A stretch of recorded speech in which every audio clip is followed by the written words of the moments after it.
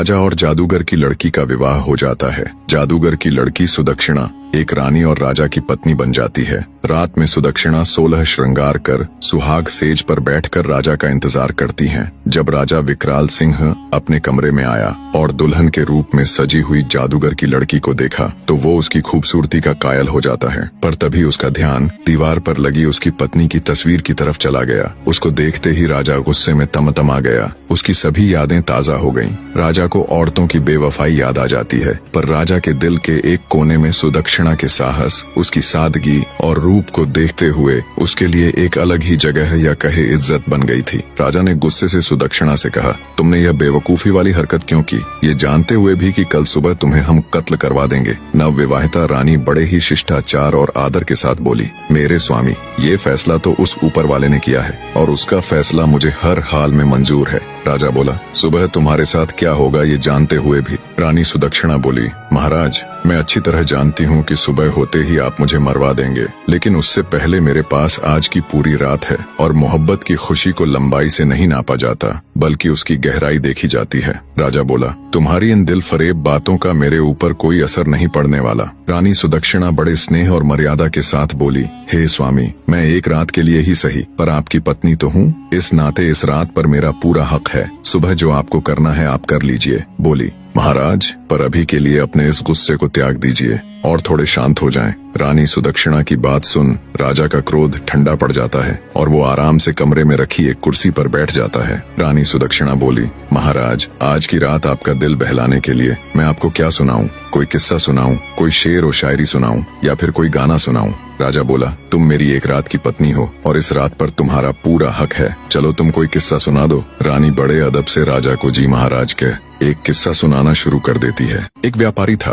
उसकी बीवी, एक जवान बेटी और 2 छोटे बेटे थे। बेटी जवान होने के कारण व्यापारी को दिन रात उसके विवाह की चिंता खाई जाती। वो पैसे जोड़कर धूमधाम से अपनी बेटी का विवाह करना चाहता था। एक बार उसे व्यापार के लिए परदेश जाना था। सफर लंबा था। वह अपने घर वालों से कुछ दिन में आने की कह चला जाता है। जाते हुए उसकी बेटी उसे खजूर देती है और कहती है, बाबा, सफर लंबा है, भूख लगे तो रास्ते में खा लेना। बेटी के दिए खजूर को लेकर व्यापारी परदेश के लिए निकल पड़ता है। लंबा रास्ता और तेज धूप के कारण वो चलते चलते थक जाता है। तभी उसे रास्ते में एक कुआं नजर आता है। सोचा क्यों न थोड़ी देर यहीं सुस्ता लूं, आराम से बैठकर खजूर खा लूंगा और शीतल जल ग्रहण कर लूंगा, फिर आराम से परदेश के लिए निकलूंगा। इसी सोच के साथ वो कुएं के किनारे बैठकर आराम से खजूर खाने लग जाता है। खजूर खाते खाते उसके हाथ से एक खजूर कुएं में गिर जाता है। खजूर जैसे ही पानी में गिरता है, कुएं का बिल्कुल साफ और निर्मल पानी एकदम से खून में बदल जाता है और तभी कुएं के अंदर से गुस्से से भरा एक दैत्य निकल कर आता है।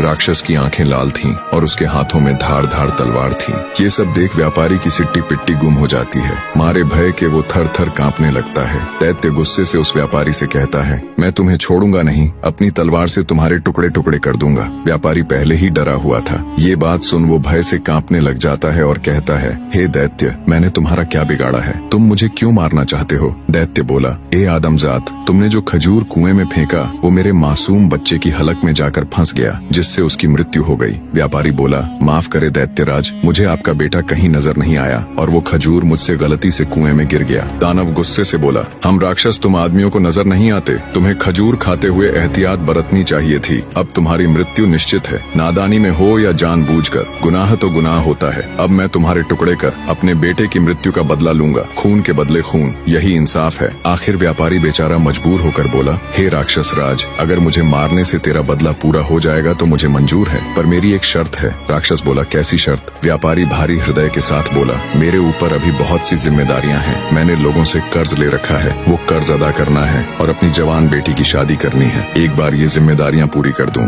उसके बाद मैं खुद तुम्हारे पास आ जाऊंगा, फिर तुम बेशक अपना बदला पूरा कर लेना। ये सुन राक्षस सोच में पड़ जाता है। इतनी कहानी कहते कहते सवेरा हो जाता है और रानी किस्सा सुनाना बंद कर देती है। राजा बोला, तुम चुप क्यों हो गई? मुझे बताओ कि राक्षस ने व्यापारी को मार दिया या फिर उसे उसके कहे अनुसार कुछ समय की मोहलत दे दी। रानी बोली, महाराज, रात खत्म तो बात खत्म, अब सुबह हो चुकी है और मेरे मरने का वक्त आ गया है। राजा बोला, लेकिन मुझे कम से कम इतना तो बता दो कि राक्षस ने उसे मारा या छोड़ दिया। रानी बोली, हे राजा, कहानी बहुत लंबी है, पूरी बताने के लिए वक्त की जरूरत है और अब वक्त खत्म हो चुका है। ये सुन राजा सोच में पड़ जाता है। कुछ सोचकर राजा जब अपनी नवविवाहिता रानी से कहता है, तुम चिंता मत करो, हम वक्त को रोक देंगे, हम तुम्हें एक दिन की जिंदगी और प्रदान करते हैं, अब तुम किस्सा सुनाओ। तब रानी बोली, नहीं मेरे सरताज, किस्से तो रातों को सुनाए जाते हैं, सुबह का वक्त हो चला है, आप अपने राजसी कार्य कीजिए, आगे का किस्सा तो मैं रात को ही सुनाऊंगी। ये सुन राजा सोचता है, कितनी ही लड़कियां मेरे पास आईं और मौत के घाट उतार दी गई, सबके चेहरे पर मौत का भय साफ नजर आता था, पर इसके चेहरे पर तो भय नाम की कोई चीज ही नहीं है। खैर, इसका किस्सा मुझे बहुत दिलचस्प लगा है, इसलिए इसकी जान सिर्फ आज के लिए बख्श दी, कल इसका भी वही हाल होगा। राजा वहाँ से चला जाता है और अपने दिन भर के राजसी कार्यों में व्यस्त हो जाता है। इधर रानी हाथ जोड़ उस ऊपर वाले से प्रार्थना करती है, हे मालिक, हे परमेश्वर, मेरे पति को सद्बुद्धि देना, उसके इन पाप कृत्य को क्षमा करना और उसे सही रास्ता दिखाना प्रभु। शाम का वक्त हो जाता है। राजा बेसब्री के साथ कमरे में आता है और कहता है, रानी अब जल्दी से किस्सा सुनाना शुरू कीजिए। राजा की बेसब्री देख रानी कहती है, थोड़ा सब्र रखो महाराज, मैं आपके लिए खाना लगा देती हूँ, पहले भोजन ग्रहण कर लीजिए, फिर मैं आगे का किस्सा सुनाना प्रारंभ कर दूंगी। और राजा को खाना परोस देती है। राजा बोला, ये तो नौकरों के काम है, तुम ये क्यों कर रही हो? रानी बड़े प्यार से बोली, नहीं मेरे स्वामी, यह एक पत्नी का कर्तव्य होता है कि वो अपने पति का ख्याल रखे। राजा बोला, तुम्हें कौन सा मेरे साथ पूरा जीवन व्यतीत करना है, और वैसे भी आज की रात के बाद तो ये काम नौकरों ने ही करने हैं। रानी बोली, हे स्वामी, आज की रात ही सही, पर आपकी सेवा करने का मौका तो मिला, मरते समय सुकून से मर सकूंगी,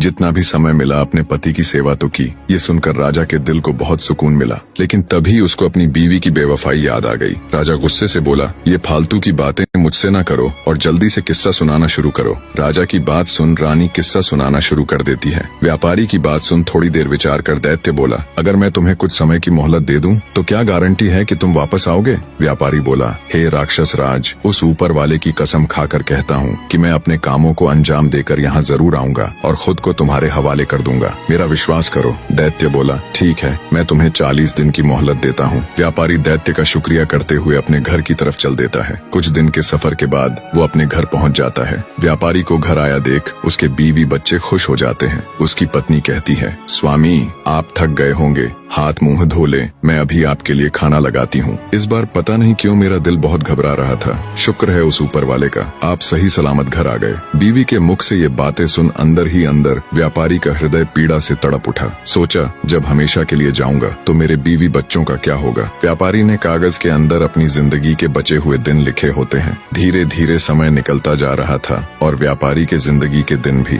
उसने अपनी बेटी के लिए योग्य रिश्ता देख उसकी शादी कर उसे विदा कर दिया। खुशी के साथ साथ व्यापारी अंदर से दुखी भी था, क्योंकि आज उसकी अंतिम रात थी। कल का दिन तुम्हारा आखिरी दिन है, कल वो दैत्य तुम्हारे टुकड़े टुकड़े कर देगा। व्यापारी बिस्तर में पड़ा पड़ा यही सब सोच रहा था। नींद उसकी आंखों से कोसों दूर थी। उसे रह रहकर ये बात खाए जा रही थी कि उसके मरने के बाद उसकी बीवी और बच्चों का क्या होगा। दुखी हृदय के साथ व्यापारी उठकर बैठ जाता है और सिसक सिसक कर रोने लगता है। उसके रोने की आवाज सुन उसकी पत्नी भी उठ जाती है। व्यापारी को ऐसे रोता देख वो घबराकर उससे पूछती है, क्या हुआ स्वामी, आप रो क्यों रहे हो? व्यापारी पहले तो बात को टालने की कोशिश करता है, पर जब उसकी पत्नी ने ज्यादा जोर देकर पूछा तो वो टूट जाता है और सारा किस्सा अपनी पत्नी को रोते रोते कह सुनाता है। सारी बात सुन व्यापारी की पत्नी का कलेजा मुंह को आ जाता है। वो तड़प उठती है और कहती है, स्वामी, आपकी जगह पर मैं उस दैत्य के पास जाऊंगी। मुझे चाहे कुछ भी हो जाए, चाहे वो दैत्य बेशक मेरी जान ही ले ले, पर मैं आपको कुछ भी नहीं होने दूंगी। राजा किस्से के बीच में ही बोल पड़ता है, वाह क्या औरत है, ऐसी औरत भी दुनिया में होती है। ऐसी नेक और वफादार बीवी की दहलीज पर तो फरिश्ते भी अपना सिर झुकाएं। रानी बोली, बिल्कुल ठीक कहा महाराज, कुछ बदकार औरतें होती हैं जिनकी वजह से सभी औरतों पर उंगली उठाई जाती है और सबको एक जैसा समझा जाता है।